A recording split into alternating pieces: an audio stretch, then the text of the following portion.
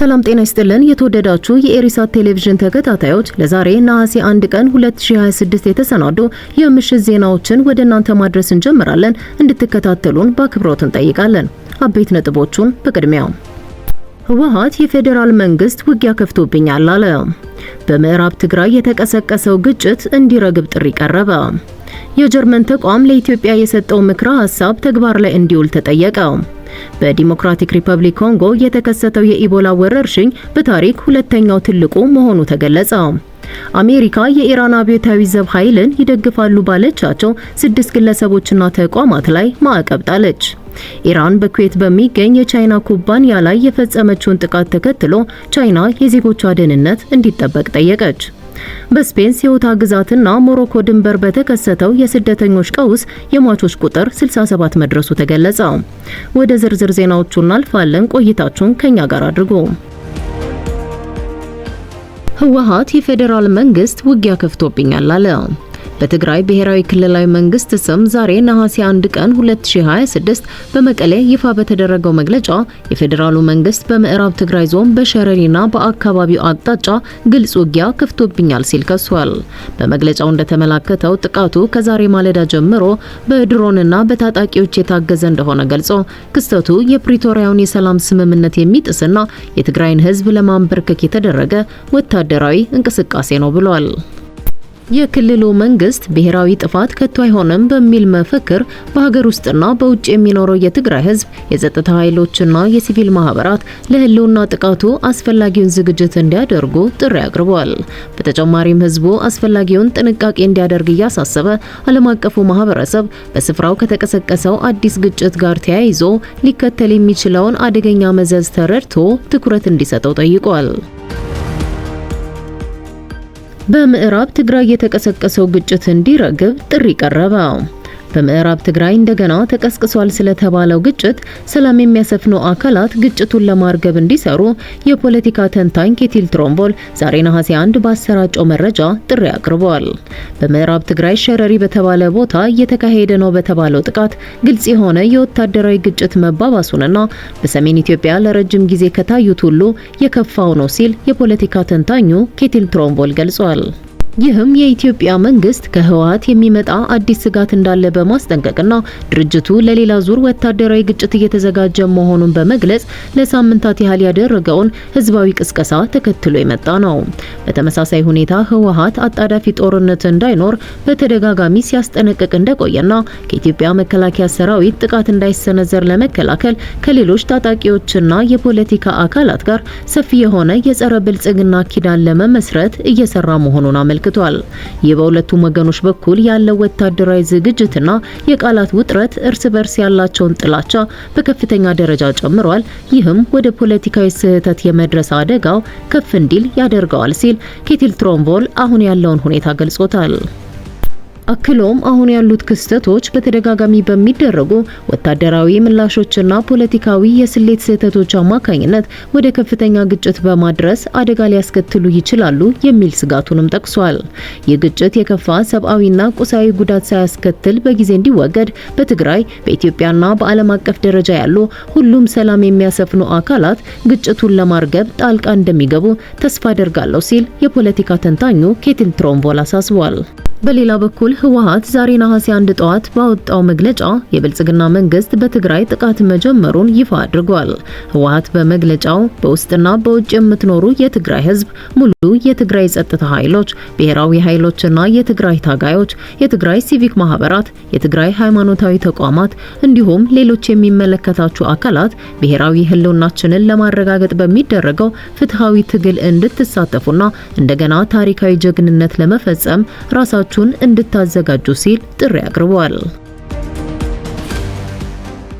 የጀርመን ተቋም ለኢትዮጵያ የሰጠው ምክረ ሐሳብ ተግባር ላይ እንዲውል ተጠየቀ። የጀርመን ተቋም በኢትዮጵያ ግጭት እንዳይከሰት ሰሞኑን የሰጠው ምክረ ሐሳብ ተግባር ላይ እንዲውል ምሁራንና ተንታኞች ጥሪ ያቀረቡ። የጀርመን ዓለም አቀፍና የደህንነት ጉዳዮች ተቋም ሰሞኑን ባወጣው ባለ 8 ገጽ ኢትዮጵያን የተመለከተ ትንተናው በኢትዮጵያ ፌዴራል መንግስትና በትግራይ ክልል መካከል ያለው ውጥረት ቀስ በቀስ እየጨመረ መምጣቱን ይጠቅሳል። በሁለቱ አካላት መካከል የሚኖሩ የተሳሳቱ ስሌቶች ሌላ ትልቅ ጦርነት ሊያስነሱ ይችላሉ ሲልም አሳስቧል። ግልጽ የሆነ የግጭት ዝግጅትና ወታደራዊ እንቅስቃሴ እየተካሄደ እንደሆነና ዛሬ ጦርነት መጀመሩን ታሳቢ በማድረግ በውጭ የሚኖሩ ኢትዮጵያውያንና ኤርትራውያን ምሁራን ከጦርነት ቀስቃሽ ጉዳዮች እንዲታቀቡና የተቋሙን ምክረ ሀሳብ በጥሞና አይተው ለተፈጻሚነቱ ድጋፍ እንዲያደርጉ በጽኑ ተማጽነዋል። በኢትዮጵያ ዶክተር አብይ አህመድ ወደ ስልጣን ማማ ከመጡ ወዲህ ሀገሪቱ ወደ እርስ በርስ ጦርነት ለመግባቷ የእሳቸው አመራር በብርቱ ይተቻል። ዶክተር አብይ አህመድን በውይይት መድረክ እና በዲፕሎማሲ የማያምኑ መሪ አድርገው የሚተቿቸው ህወሓቶችና መሰል ተቃዋሚዎችም ሀገሪቱ እንድትታመስና ወደ አውዳሚ ጦርነት እንድትገባ እየመሯት መሆናቸውን ይከሳሉ።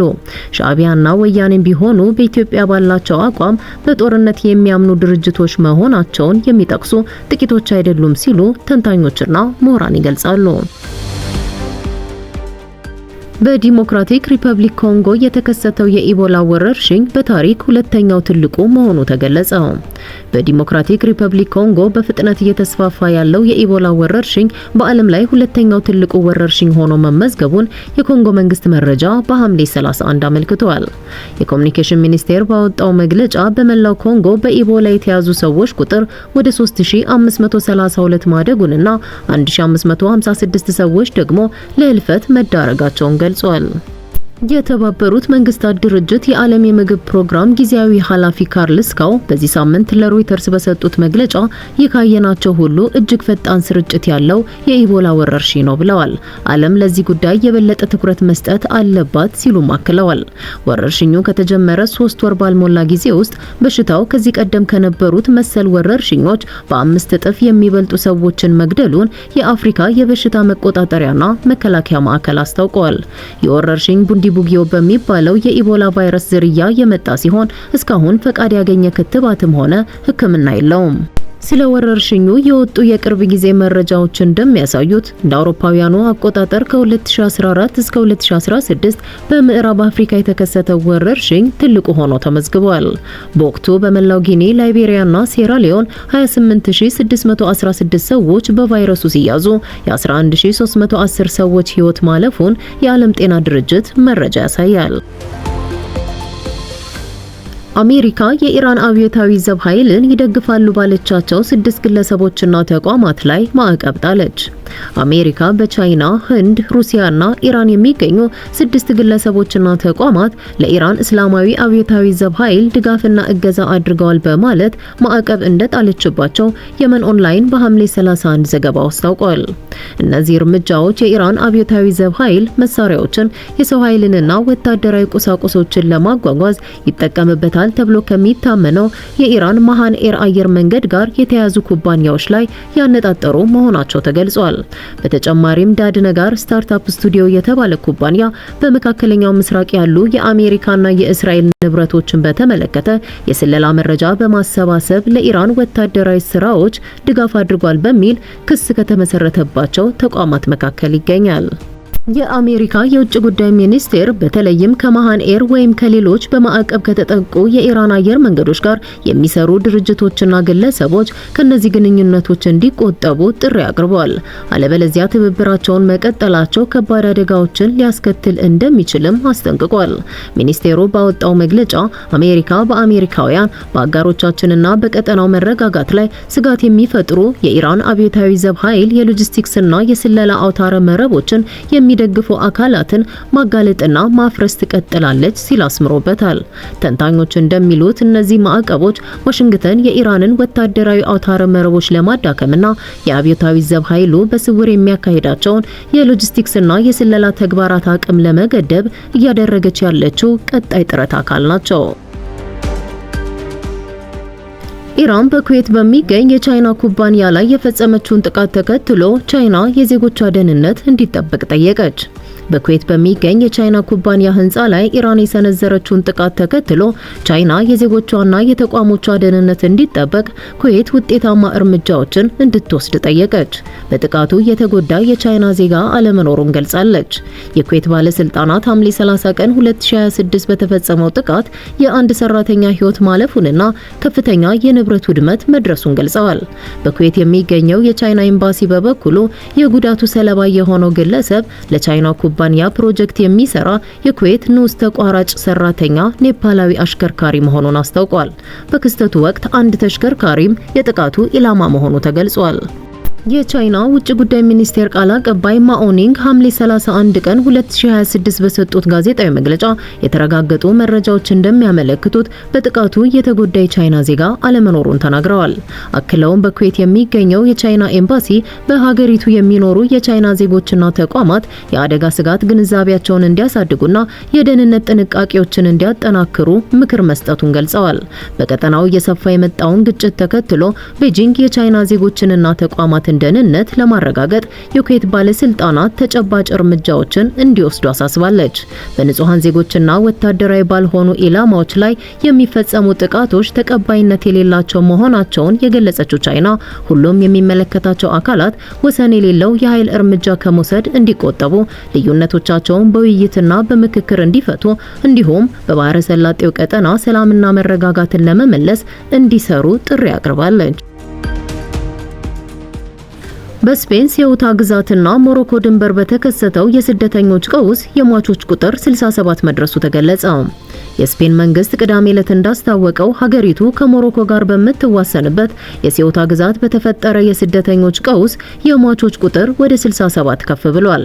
ከነዚህም ውስጥ አንዳንዶቹ ባህር ውስጥ ሰጥመው የሞቱ ሲሆኑ አንዳንዶቹ ደግሞ የመርከብ ማገጃውን ለማቋረጥ ሲሞክሩ በተፈጠረው መረጋገጥ ህይወታቸውን ማጣታቸውን አሶሺየትድ ፕሬስ ዘግቧል። በ10 ሺዎች የሚቆጠሩ ሰዎች ደግሞ ወደ ኋላ እንዲመለሱ ተደርገዋል ተብሏል። እንደ ዘገባው ከሐሙስ እስከ አርብ ባሉት ጊዜያት ከ50 ሺህ እስከ 60 ሺህ የሚደርሱ ስደተኞች ትንሿን የስፔን ግዛት ድንበር ጥሰው ከገቡ በኋላ ስፔን ወደ ድንበሯ ጀልባ እንዳይገባ ለመከላከል 500 ሜትር ርዝመት ያለው የመከላከያ አጥር ወደ ባህር እየዘረጋች መሆኗን አስታውቃለች። የስፔን የሀገር ውስጥ ጉዳይ ሚኒስቴር እንደገለጸው ከሰሜን አፍሪካ ወደ ስፔን ግዛት የገቡት አብዛኞቹ ስደተኞች ወደ ሞሮኮ እንዲመለሱ ተደርገዋል። ቅዳሜ ጠዋት ወደ ሴውታ ከተማ ታራጃል የባህር ዳርቻ በዋና የገቡ ደክመው የነበሩት ጥቂት ስደተኞችም በወታደሮች ታጅበው ከድንበር እንዲመለሱ መደረጋቸውን ዘገባው አመልክቷል። የተሻለ ህይወት ተስፋ አድርገው ወደ ስፔን ባቀኑ ስደተኞች ለቀናት ከተፈጠረው ትርምስ በኋላ የሴውታ ነዋሪዎች ቅዳሜ ዕለት በተረጋጋ ሁኔታ እንዳሉ ዘገባው አመልክቷል። ይህም ሆኖ የ84000 ህዝብ መኖሪያ የሆነችው የስፔን ራስ ገዝ ሴውታ ነዋሪዎች ህይወት አሁንም ወደ ቀድሞው የተረጋጋ ሁኔታ እንዳልተመለሰ የግዛቲቱ ፕሬዝዳንት ሁዋን ጄሱስ ቪቫስ ገልጸዋል።